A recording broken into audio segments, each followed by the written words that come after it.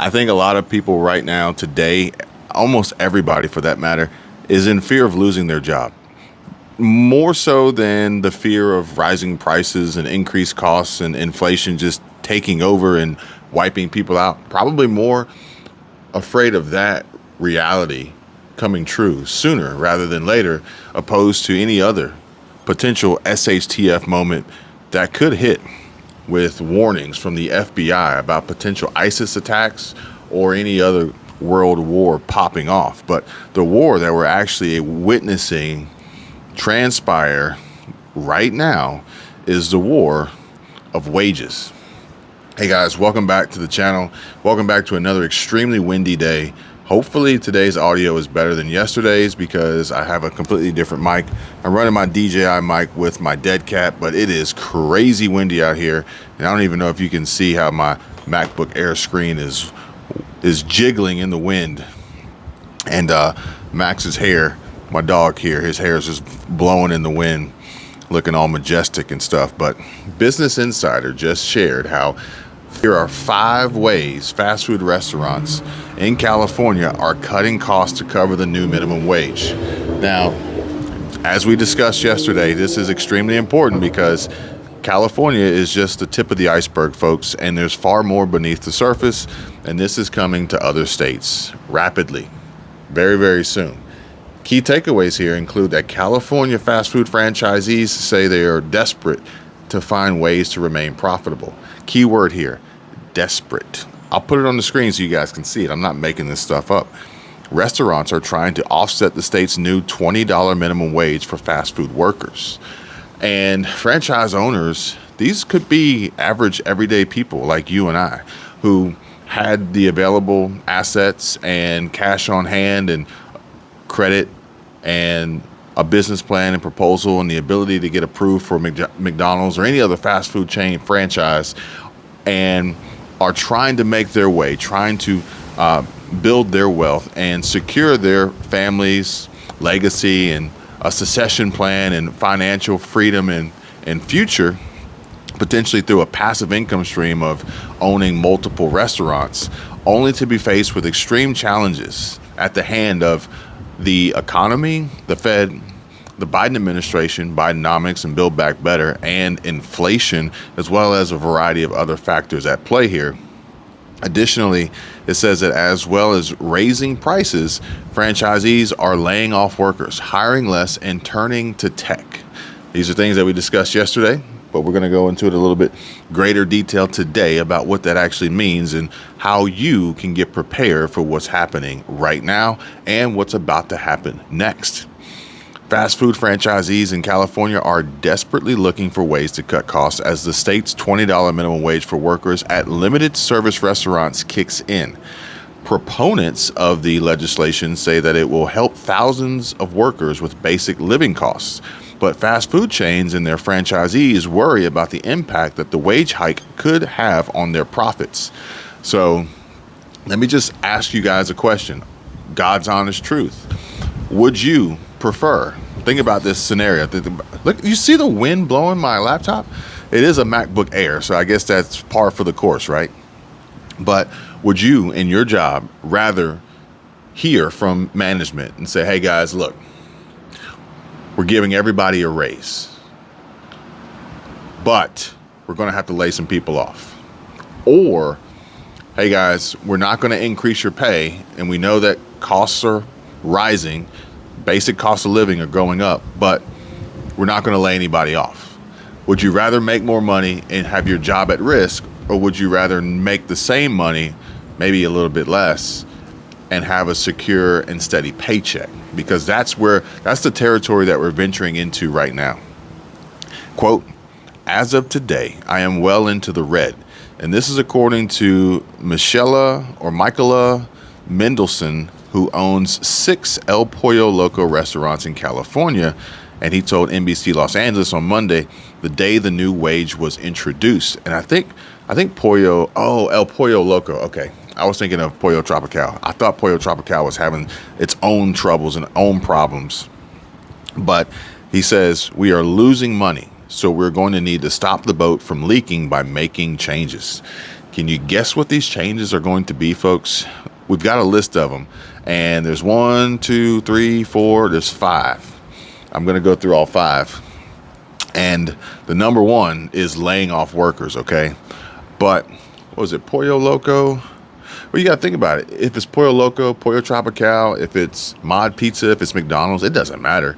These folks, these owners, these operators, these investors, these entrepreneurs, these solopreneurs, these risk takers, these franchisee owners, they are not only experiencing a rise in wages, but quite possibly also seeing a rise in their insurance costs, a rise in their input costs from the materials that they need, the food that they need, a rise in the insurance, a rise in the lease payments, property taxes. Everything's going up, okay?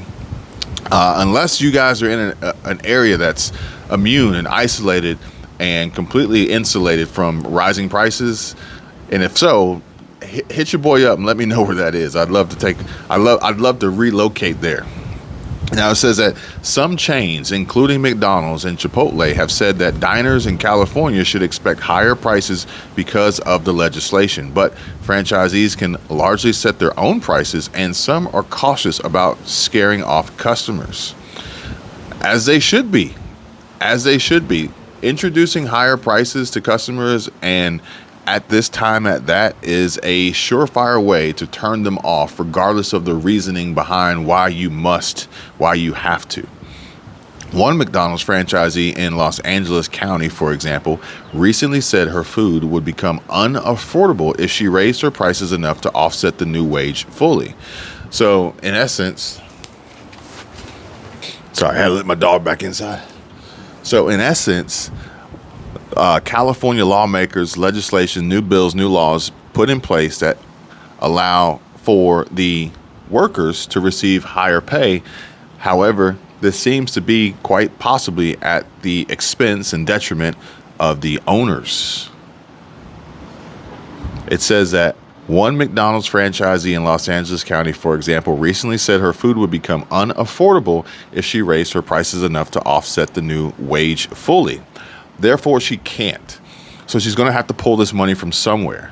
And odds are the only place to pull it would be from her own salary, from her own paycheck, if she's actually making one. Because anybody who has any experience with getting into business, a franchise, or anything like that, then you know, if you want to succeed at very best, you have to live poor.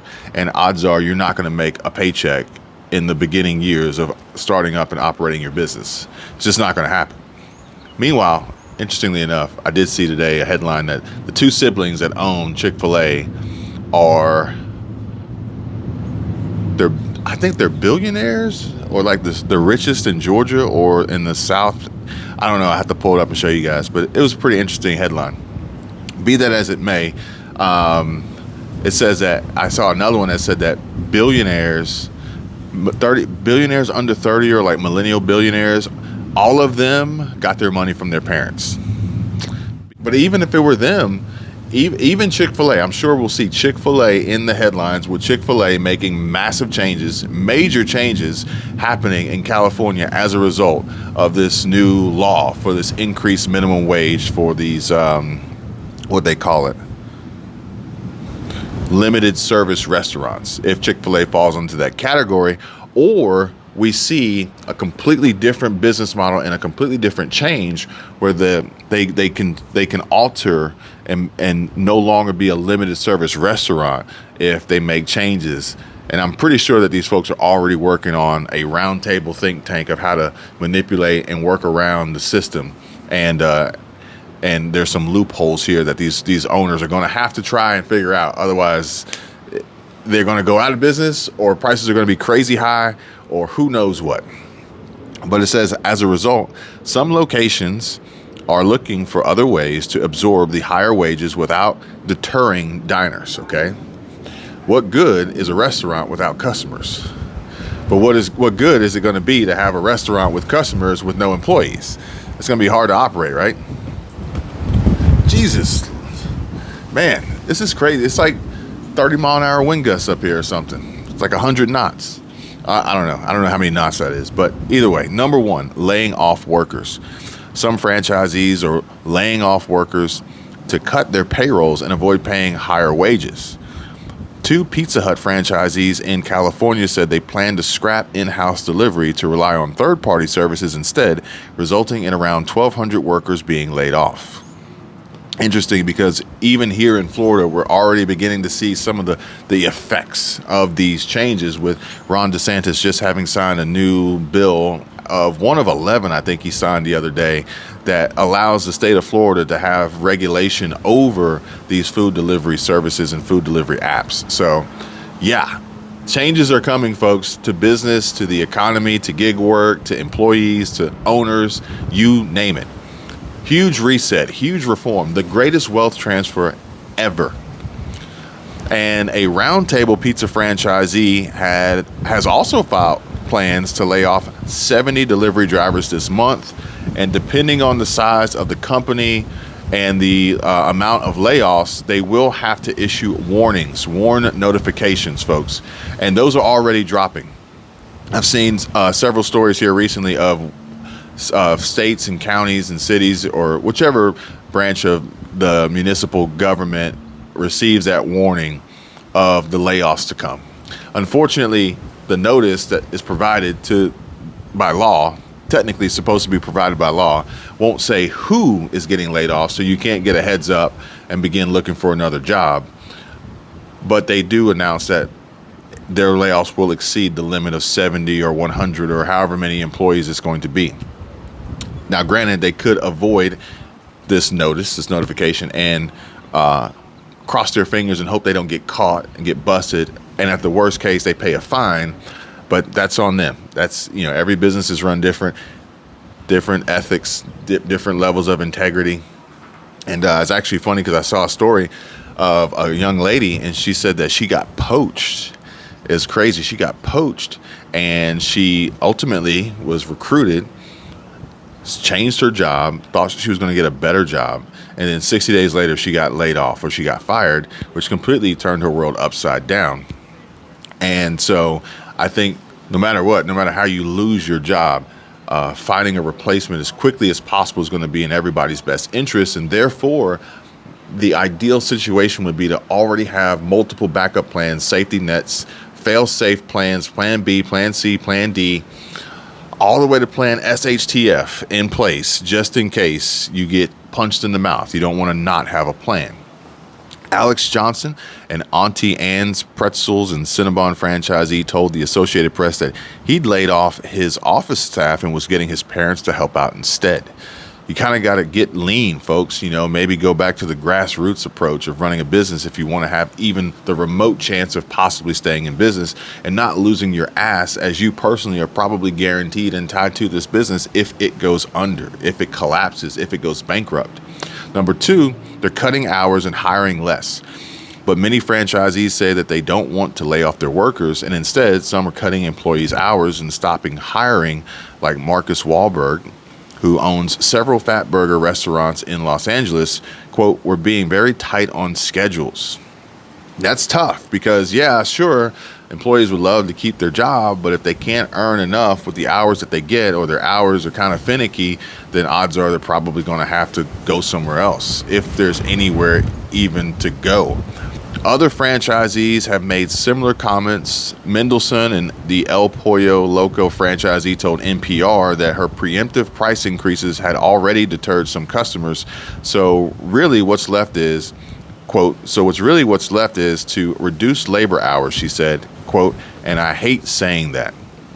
Quote, I'm definitely not going to hire any more," is what Brian Hom, the owner of two Vitality Bowl restaurants in San Jose, told the Wall Street Journal in March. So this is actually pretty interesting. As I mentioned on another video earlier today about these increased service fees now in Los Angeles, I believe there's restaurants charging a 4.5% security fee or security surcharge. And we experience it here because, certain places we go, we get hit with like a hospitality or service and entertainment fee. And all these fees are adding up. And I'm telling you guys right now, it's going to be the death of business. It's going to be the death of economy for the most part, especially from some of the lower wage earners and middle class, and a large portion of the tourism industry. But no matter what, in these areas, I think that it's going to create demand destruction, which is ultimately something we needed 2 years ago, 3 years ago, 2.5 years ago. We needed demand destruction. And I think we're about to get it. I think we're about to get it in the form of just, I'm tired of it. I can't take it anymore. I can't afford it anymore. Stagflation and, every compounding insult to injury and salt poured in the wound that is happening right now. Number 3, folks are dropping staff benefits. Now, this sucks. Wahlberg told Business Insider in January that he'd stopped his restaurant's paid time off program to prepare for the wage increases. Quote, "We just can't afford to do that anymore," he said. Now, I've even seen instances where some of these businesses, these employers and their HR, their human resources departments, they kind of illegally manipulate paid time off and leave and vacation and sick days and things like that. And odds are, you're probably going to see some instances. Sorry about that. You're probably going to see some instances of some of these companies telling you, hey, we're eliminating benefits. And you'll say, okay, well, can I just get paid for the benefits that I have? They'll say, oh, no, those don't carry over. Those don't roll over. And you lost those so that they don't have to pay it. Okay, because it's, in essence, to them, it's an unrealized loss. If you make $1,000 a week or $2,000 a week, or $3,000 a week, or whatever it may be, if you've got a week or two of vacation time accrued, that's an unrealized loss that they don't want to pay. That they're looking at their books saying, look at all these employees we got, look at all this vacation time that they're sitting on, look at this giant bill that we're about to have to foot on top of that bill being increased, because your time off is now worth more because of how much you get paid per hour by the new law set in place in the state of California. If you were perhaps maybe below $20 an hour, that 1 week's worth of pay, if you made $10 an hour, would have been $400. But now, if by law they have to pay you $20, now that week is worth $800, and that's a lot of money when you add it up. So these companies they're gonna get crafty, they're going to get creative, they're going to get a little sketchy too. They may start trying to fire people and let them go for the fact that they have too much vacation time accrued, and so that they can hire new staff that doesn't. You see what I'm saying? I wouldn't put it past anybody. Okay. Number 4, turning to order kiosks, which McDonald's has already done before, which I can't stand, but be that as it may, restaurants are turning to technology and automation to help reduce labor costs.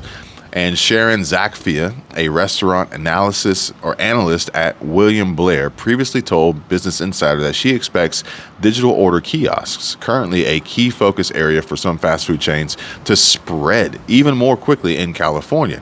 Kiosks mean that diners can place orders without having to speak to staff at a counter, which, yeah, I think that the simple fact that kiosks already exist before this problem reared its ugly head is a clear indication that they're going to look to those as how much do they cost and how quickly can we get our return back on this over an employee or however many employees this could wipe out.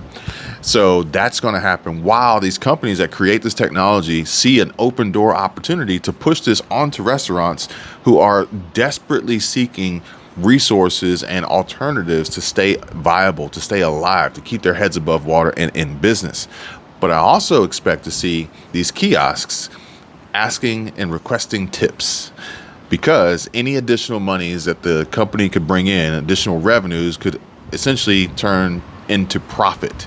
And some folks would pay it and some may not, but I think that we're going to see an increase in the push for tipping for things that you normally wouldn't tip for, that you're now wondering, who am I even tipping if I'm doing the damn work myself by ordering at a kiosk? Go figure. Mendelsohn, the El Pollo Loco franchisee, told CNN that she was introducing order kiosks and was considering bringing in AI-operated drive-thrus. Number 5, fifth one on the list, is spending less on operations. Beyond labor, restaurants are looking for other ways to save on their operating costs. Quote, can I turn my lights off? Can I not have the air conditioning on right now? Hey, you guys remember we talked about that yesterday. We talked about that. Extra salty fries, extra salty chicken McNuggets, extra salty Frosty or McFlurry. No, the McFlurry machine is broke.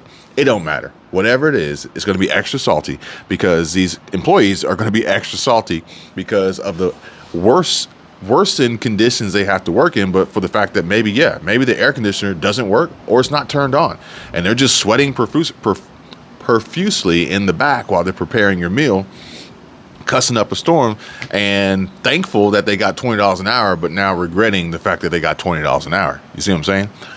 And it says, can I turn it on later instead? Which means that this could possibly create an unenjoyable environment for the customer, which may or may not want to actually dine in the restaurant, which would probably be a good thing for the restaurant. But there are consequences to these actions, folks. Chris Stubner, Executive VP of Operations at KFC and Wendy's franchise Jim Restaurant Management Corporation, told ABC 30 Action News, quote, that's things that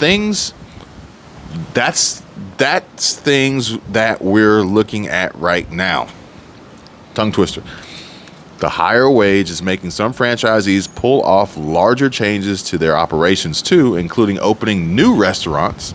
Again, I told you, I mentioned that in the beginning. I haven't read this until now, but I mentioned that in the beginning, and I'd be willing to bet that these new restaurants would fall into different categories that would prevent them from having to abide by these new laws of increased minimum wages. Scott Roderick, a McDonald's franchisee with 18 restaurants in Northern California, told Fox News that he might have to postpone some major investments like remodeling dining rooms and buying new grills, and would have to seriously consider whether he'd want to open new restaurants in the state. So in addition to that, opening new restaurants, it includes not opening new restaurants. You see what I'm saying? Alex Johnson, the Auntie Anne's Pretzel and Cinnabon franchisee, told the AP Associated Press that he wasn't looking at opening any more locations in California. Quote, I have to consider selling and even closing my business. He said, the profit margin has become too slim. So, this means less job opportunity. But let me ask you guys this. Let me ask you this question. In this landscape, in this time, in this environment, in this economy, who do you think is going to buy your business? For the reason, obviously, that why you're selling it, and they're going to give you pennies on the dollar. Folks, we're talking about half-price houses hitting the market if we saw a real estate housing market crash. But I think we're going to see a fast food limited service restaurant crash, potentially starting in California, which means that, there will be some outside investors willing to come in and, buy what you got at, half price or less. But that's not good for the owner. That was not part of your contingency plan of getting into this business and building wealth and making money, to then be forced to sell in a distressed state as you have a liquidity nightmare and insolvency crisis, because I don't know why so many people are calling me, because the state has introduced this new minimum wage law, and who knows what they're going to hit you with next? Who knows what they're going to hit you with next? This is not the end, folks. This is only the beginning, and it's going to get worse. It's going to get far, far worse. But wait, there's more, because Business Insider asks, are you a fast food worker excited about the new minimum wage, or a franchisee or restaurant manager worried about how it will affect your business? And I got the same question. Let me know. Drop a comment. See you guys later. Bye. I can tell you my problems, meditating my silence, but I keep pushing my pen, rotating my stylus. Brokenness feeling like sin, now no breath, low dollar. Used to be left on red, now all the girls go holler. Now all the girls go follow. All the fake friends